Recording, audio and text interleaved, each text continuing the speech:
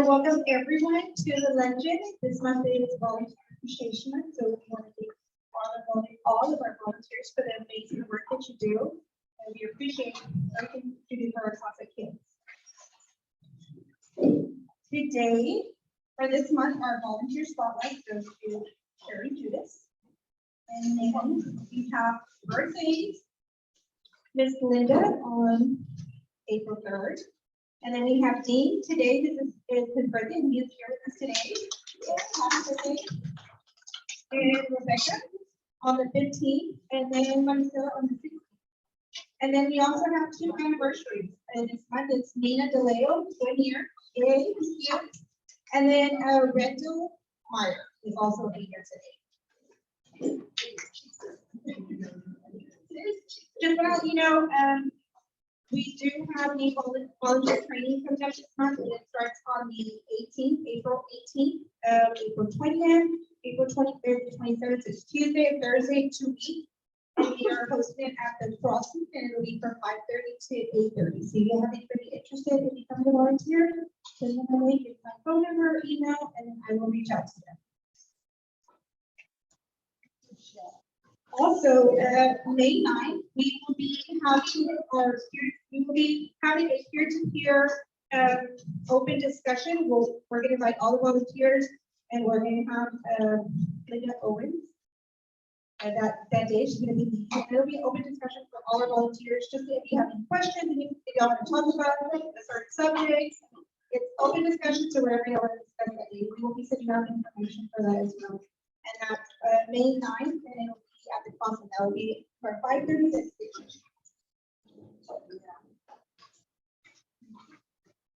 I think that's all I have right now. Christine, would you come? She's going to do the case spotlight.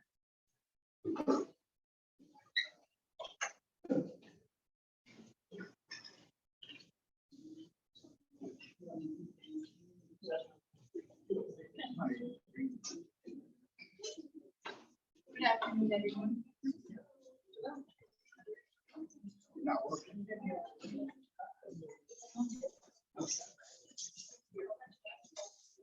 Yeah.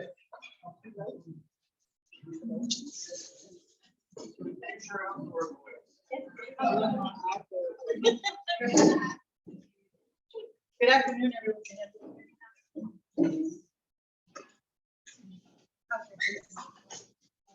I want to talk about cases that I have available. I serve the Victoria County. I have a couple of cases that I'd like to share with you. The first one are twin boys, and they are placed in Eagle Pass, Texas. They are 2 years old, and they are energetic, fun. They're sweet little boys. They are in a foster home, and the attorney ad litem is Carol Capadonna, and the caseworker is Kate Johnson. These boys were in care before and had been unified with mom and came back to care again. And so that is one of the cases I have. Another case is a sweet 12-year-old girl. She is placed in Lytle, Texas.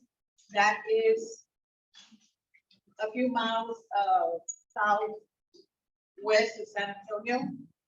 And she is diagnosed with autism, PTSD, and pica. She requires 24/7 supervision at home and at school. And she's in a foster home. She's been in care for quite a bit of years. And so I would need a volunteer on that would be able to visit her and also just advocate for her best interest, and she has all these needs. And the other case I have is a little boy. He is 9 years old. He is placed in an RTC at Liberty Hill, which is right outside of Austin. He is 9, and he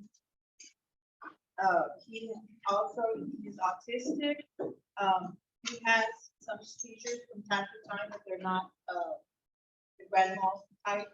And he is available for adoption. We're hoping that we can lead to adoption for him, and so it would be wonderful to have a volunteer to see him time. And the attorney ad litem is Julie Hale, and the belong caseworker is Megan Morales. And I don't think I mentioned on the other case for the 12-year-old girl in Lytle, that is Carol Capadonna, and the caseworker is Melanie Hart. Thank you.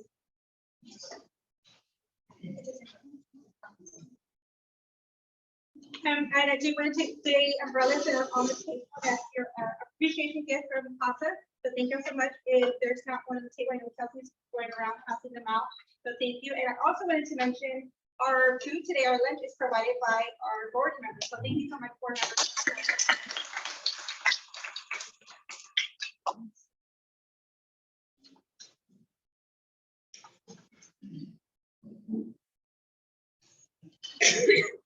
I don't think I've ever needed that. No. Sorry about that, but you guys, I just want to say how amazing y'all are, and I'm so glad that everybody got to come today, because then I get to say how much I appreciate you because of all the wonderful things that you do for the children and families you serve and for our agency and stuff. I know that 2023 has thrown us some challenges, and Texas CASA, where we have had our bar here, has raised the bar again, and we're asking you guys to do so much. We're asking you to change the way you document, change the way you visit, change, but all through these changes, you guys are kind of like troopers.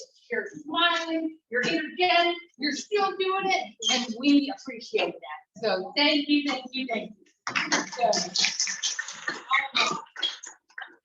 I have two really good things for us today. One of them is an opportunity to shop CASA. So if you got your email in the mail, email inviting you to the toy closet this afternoon. If your child that you're working with has a birthday in April or in May, you can come up to the closet this afternoon from 2 to 4 and choose a gift for them to take to your next visit.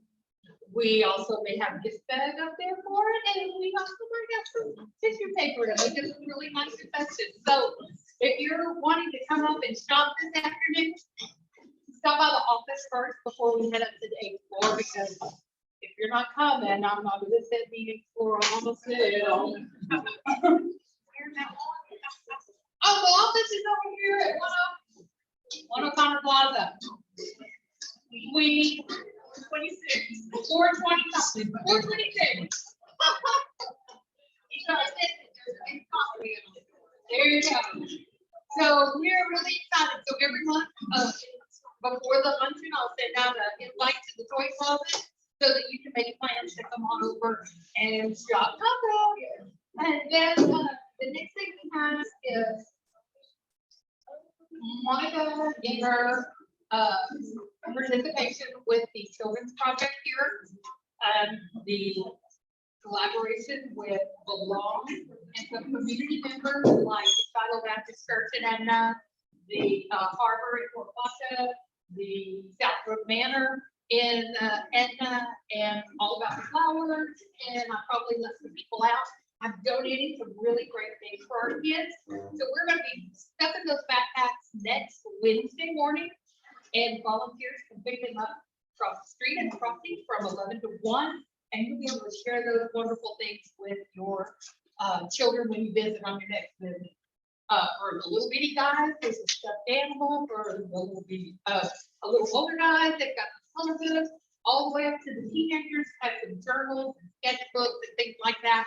Just some things to get them to thinking and letting their feelings go and their artistic abilities coming out and things like that. So we're really excited to be able to share those things with you. So if for some reason you're not able to pick those up, be sure to let your supervisor know so you can make sure you get what you need for the kids that you serve, because they so appreciate that. So thank you for all your hard work, and so glad to see you.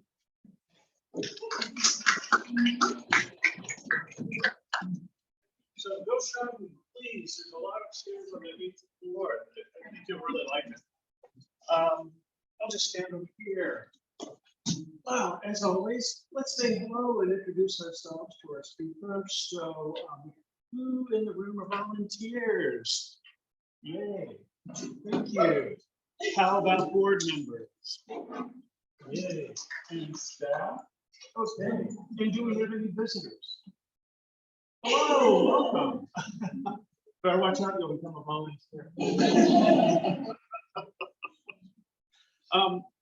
Let's see, I was looking over the numbers for March and everyone did really well. Thank you for that. As Diana said, there's a lot going on right now that we're asking a lot more data entry, and we're trying to work at the Texas council level to make sure that we can lessen that. We want you to be out there to be able to work with your children and families and not have to spend so much time data entry. But there's a blessing to data entry. It allows us to continue what we do and show people the effect of your work. And so it's been impressive, the numbers you all put in. They're taking notice of the hours that you serve to each family and child. So thank you for that. So we had 156 children in March. That was 28 children had to volunteer. We had 98 families, and 20 of those families could stand to volunteer. So that people trained, you know anybody, send them our way. Or if you just want to check out training and meet some of the folks coming through, do that. It's always nice to take a refresher. We had 12 children leave care, and all of them had a volunteer. I noticed that they were in care for 8 to 80 to 116 months. And I wanted to shout out to Jenny and Jean Villarreal and Jenny Molina. Thank you. I think you all had 86-month case that you all worked on. Congratulations and thank you for your dedication. And we also had 116. Who is that? Oh, Mitzi Martinez. And Joy Walker was 104 months serving the service. So that was really good. Thank you. Thank you. So of those 12 children, we had 5 of them returned to family, 2 were placed with relatives, 4 children aged out, and 1 child was adopted by a non-relative. So that's really good. And in the month of March, you all donated 422 hours of service and drove 1,637 miles to keep our family for the next great. So our year to date, over 1,015 hours dedicated to working with CASA and driving over 5,000 miles. So if we were to do some government dollar figuring, we're over $30,000 in donated service. So I'm sorry. I also wanted to point out, we'll go in depth on this, but it's the volunteer survey. Thank you all who did that. We had 25 respondents. You don't have to wait for the annual survey to weigh in, so let us know. Always reach out to us. And some of the things that we noticed that people were looking for a chance for volunteers to get together. And so we're setting up a peer-to-peer evening. It's on 5:30. Our first one's going to be May 9th. We'll send out an email for that. And it's going to be over at the cross. Thank you, First United Methodist, for giving us the space. Yay. We also have that peer support group because we want to have a chance for volunteers to meet, share best practices, and have someone to talk to. We're always here at the staff and we wish you would talk, but sometimes it's easier to talk to someone else doing the same work. And we also have office hours. So every Wednesday between 2 and 4, drop by the office. We're at 101 West Goodwin, Suite 426. There's signage. I'm messing. Sorry. So it's easy to get there. We should come by. We'd love to say hello. We'll make ourselves available, answer any questions. If you just want to hang out, we've got pretty good coffee. And let's see. We also want to a part of the volunteer survey was a need to meet more people involved in this.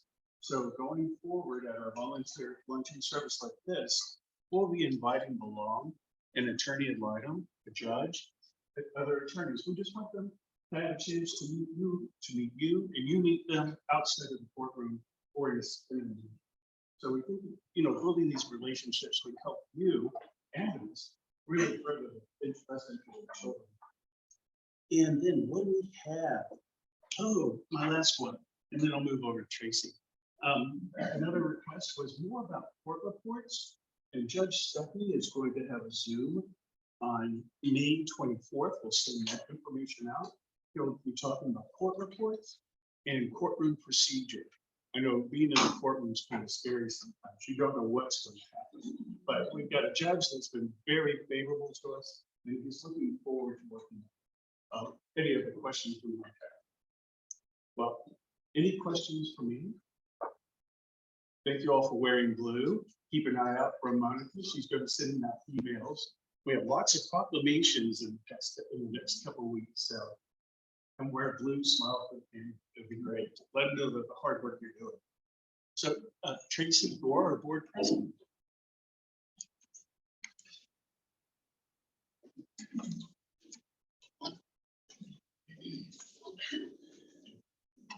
You want a microphone? I'm pretty loud.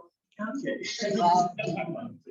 Well, first and foremost, on behalf of the board, I just want to thank you all so much for everything that you do. We understand that you visit, investigate, document, and you are just so generous with your time. But we so appreciate that it's so much more than that you're really giving of yourself and giving a piece of your heart. And your board, your community truly appreciates that. Thank you very much.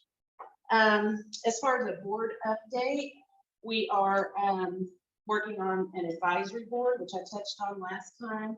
We had 4 members of the advisory board that attended our last board meeting. And these are individuals, professionals within the communities that we serve who help guide us and make recommendations to us. So it's really good that Marco Torres is heading that up, but that we're able to bring some more people on board in that regard. We have several board members here today. Amanda Bedgood Collins and Regina May co-chaired the Fund Development Committee. There have been lots of meetings, lots of planning, and I'm going to turn it over to Amanda to touch on our fundraising efforts at this time. Thank you again.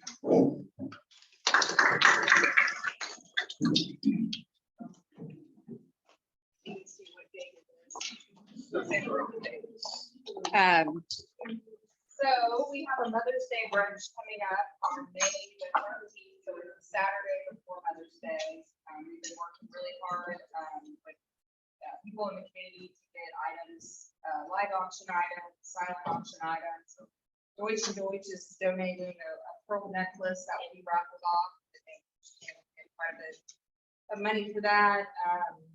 Let's see, Stephanie Ross will be performing, and we will have local boutiques and models along with a waffle bar, an eggs Benedict bar. So it'll be a really nice brunch at the so the point is to honor the mothers and motherly figures, and it should be a really enjoyable event. As far as our wine dinner, we are still up in the air on a theme for that, or where we're going to do it. We were planning on doing France, but the big course of is doing that, so something else. Let's see. Regina, anything I'm missing? So if anybody has any ideas for a good live auction or silent auction items, either for this event or another one, just notify us. I mean, we are not afraid to go out and ask if we wishes, but if somebody has a good contact, that's always good to know. So, all right. Any questions for me? Thank you all. So at this time, please join me in welcoming our guest speaker, Mr. Lynn Johnson.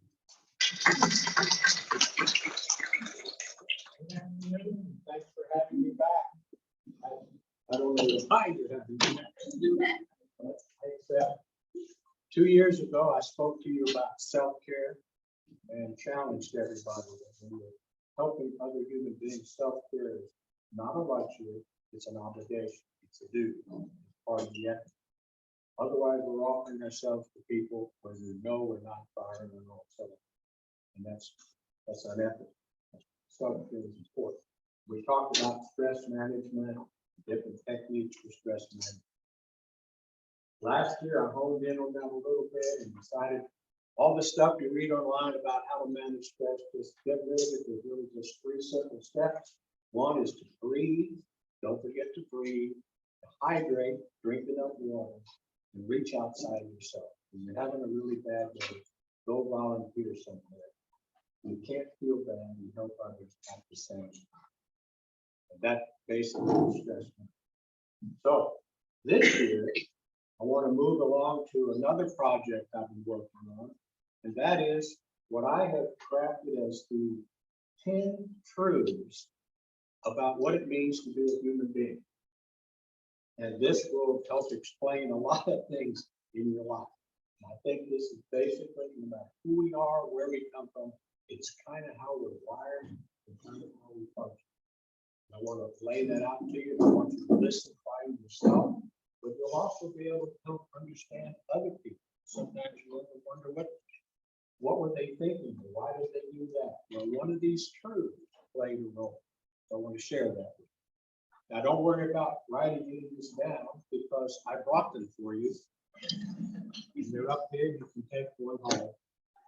But I didn't want to upstage myself, so you can't have it till I'm done.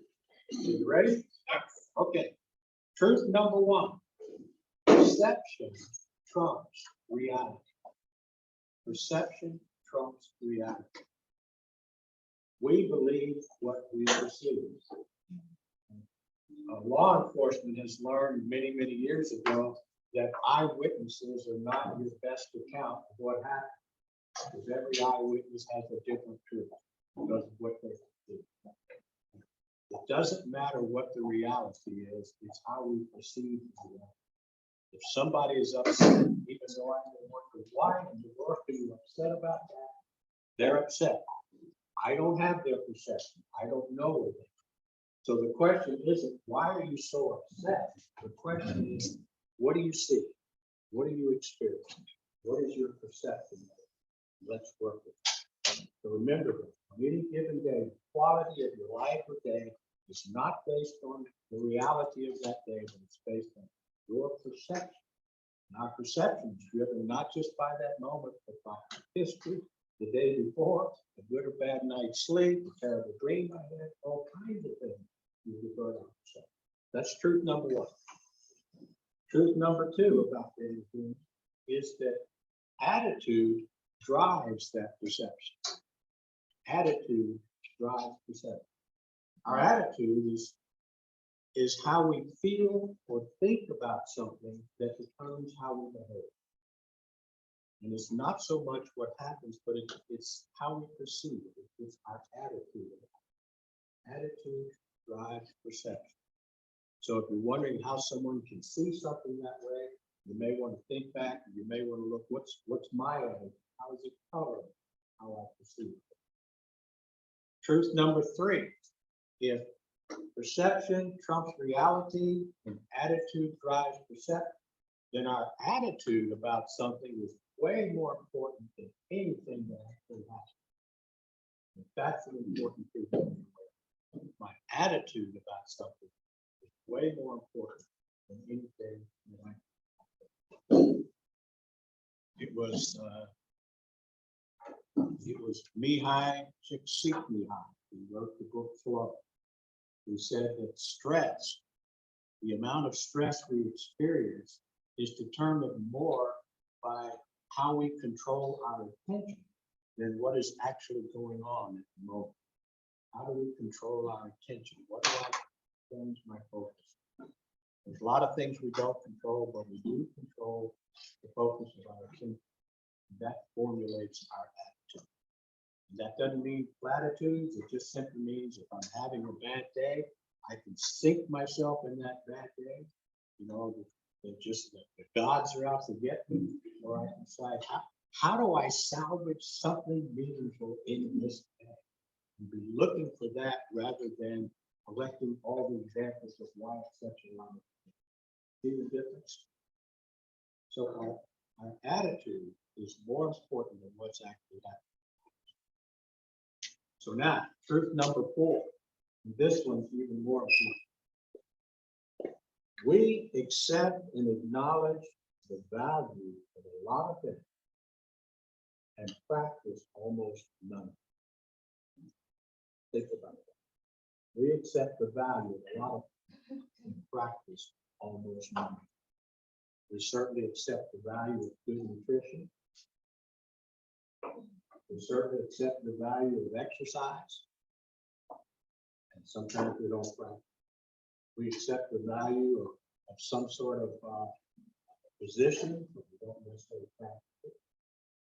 A beautiful case in point is as I counsel athletes, because we know that 80 to 90% of an athlete's success is their mental preparedness and attitude.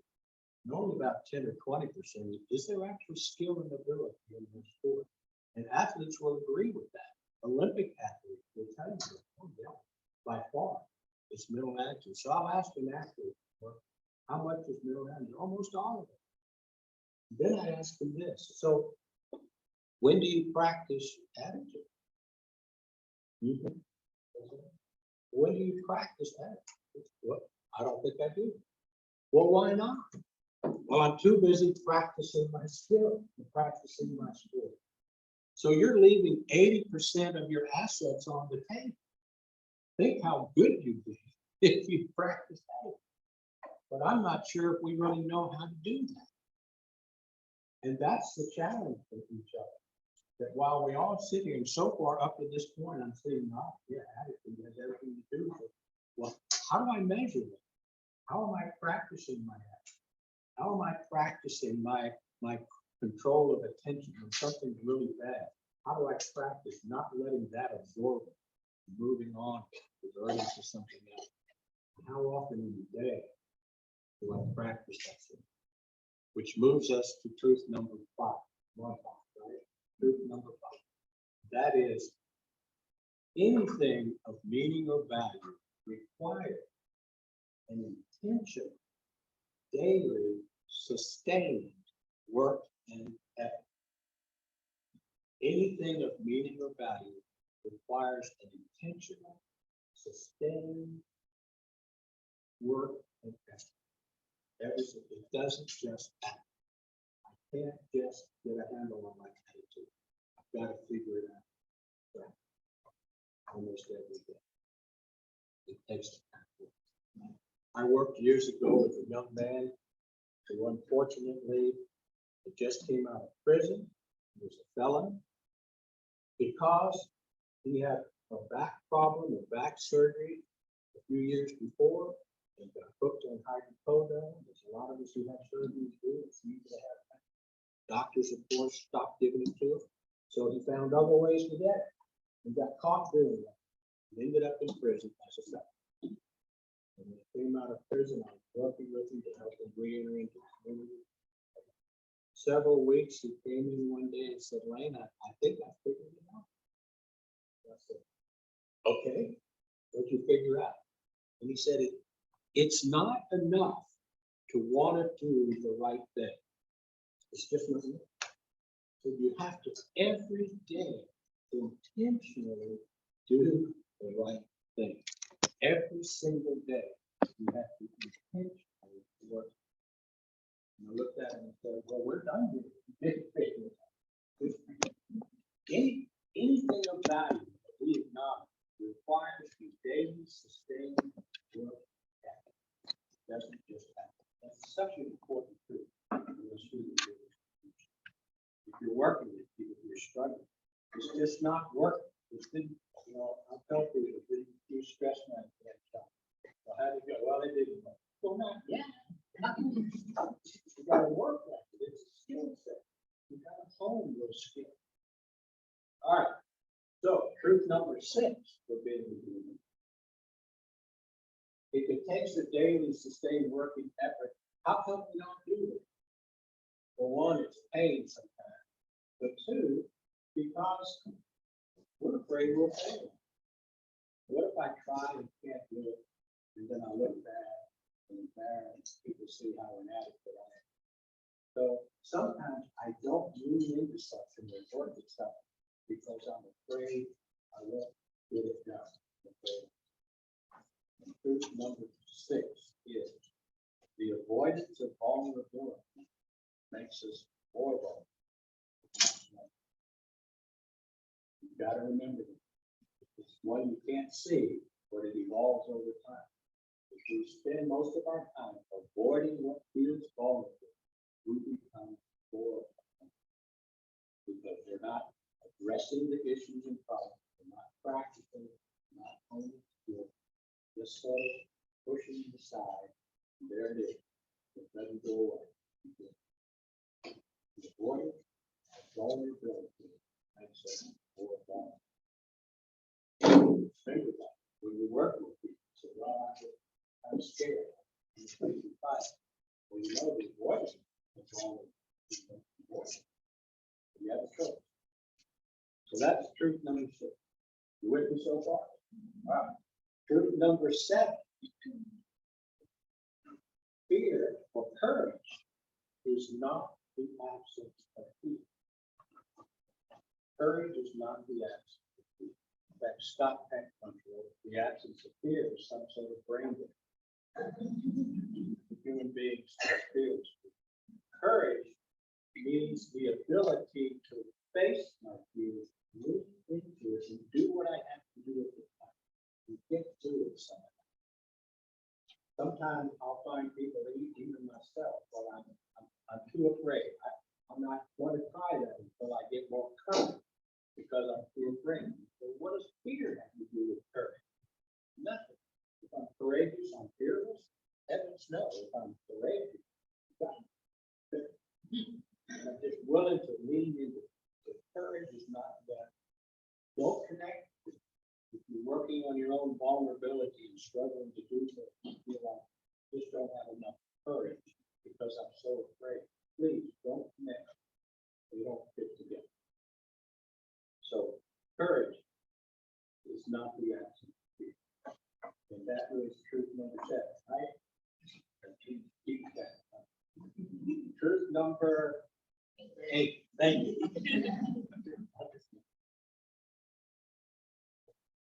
We never give up wanting to believe. We never give up wanting to believe. When my daughter many years ago was 5th, 6th grade, she came to me one day and said, "Yeah, when I turn on the light switch and the light comes on, how does that work?" You don't know about electricity. I started explaining electric currents, how to go through, you throw in, connects the current. And she's standing there, little 5th grader, looking kind of just sort of bored. So I moved it up. There's voltage, certain kind of voltage.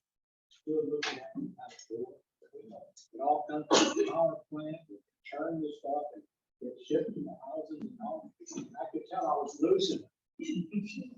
But I just stopped. And I remember his number. You know what she did?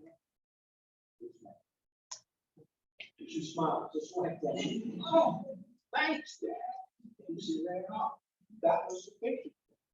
Because we don't ever give up wanting to believe. You know what perception comes from? If we believe in that. That is important. Don't let go. And then truth number 9. Truth number 9 is this: introverts and extroverts are partners, not competitors. One's not better than the other. And it's not a competition. Both have perspective that's important. Skills that's important. If you realize that, all of it is the introverts. Extroverts need introverts. Introverts need us. Your partners in this business, not competitors. There's a book called Quiet, written by Sylvan Hay, that talks about introversion and extroversion. Excellent treatise on those two. Truth number 9. Introverts and extroverts are So if somebody says, well, I'm not good at that, I'm just too much of a leader. Well, then I need to partner with you. We have to work together. There's a role. Or those extroverts, they really are pain. Get used to it. You can pay for it out. Need their perception. All right. Truth number 10 about the intent. We do better when we're in step with one. You know these beautiful horses that fly still. You never see it before. Right along the line.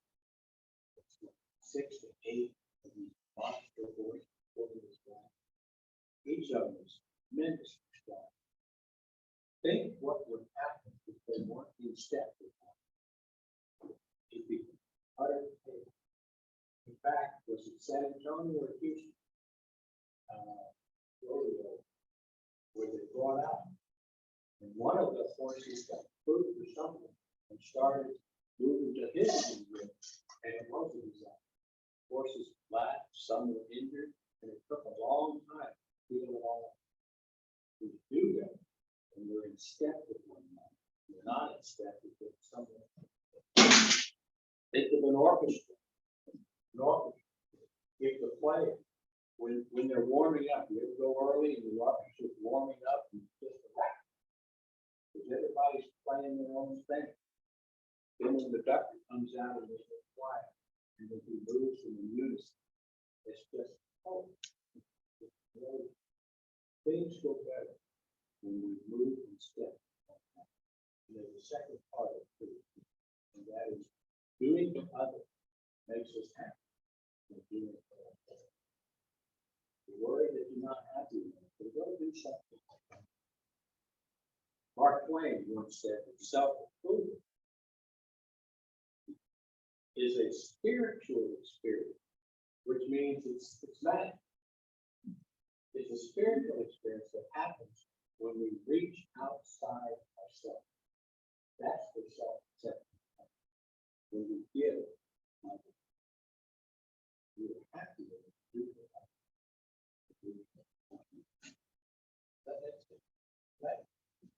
That's the 10 rules to being a human being.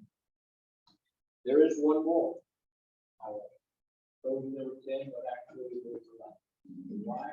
Because I was studying, why did you land on 10 rules? Well, that's pretty significant. 10 commandments. There's 10 incomes. We count to 10 sometimes to cool our anger.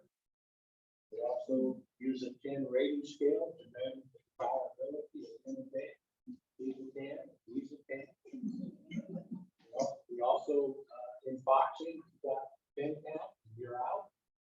Otherwise, in soccer, one of the most international sports in the world, the player wearing the number 10 is the player who's considered the best player. He's the senior honor player.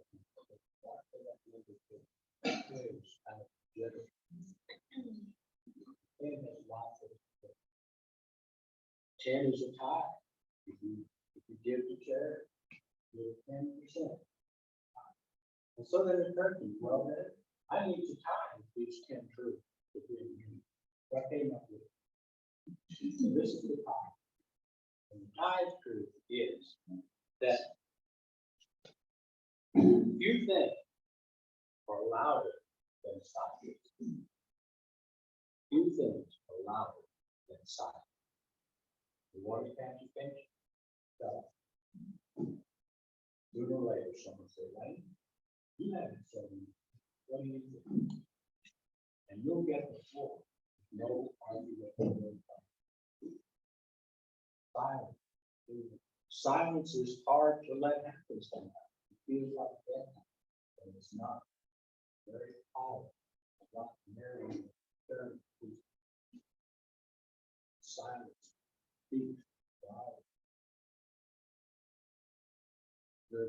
For instance, suppose I go to my wife, or let's say I have a girlfriend, I love you, and she just looks at me. And you love me too, right? Look at it hurts. It hurts to hear. Few things. So folks, I'm gonna give you a copy of it. So to stick to, I want to read this. This last year, I've been kind of playing these out and memorizing them, because it has begun to explain a lot of things that I do. That I do. And also explains a lot about other people.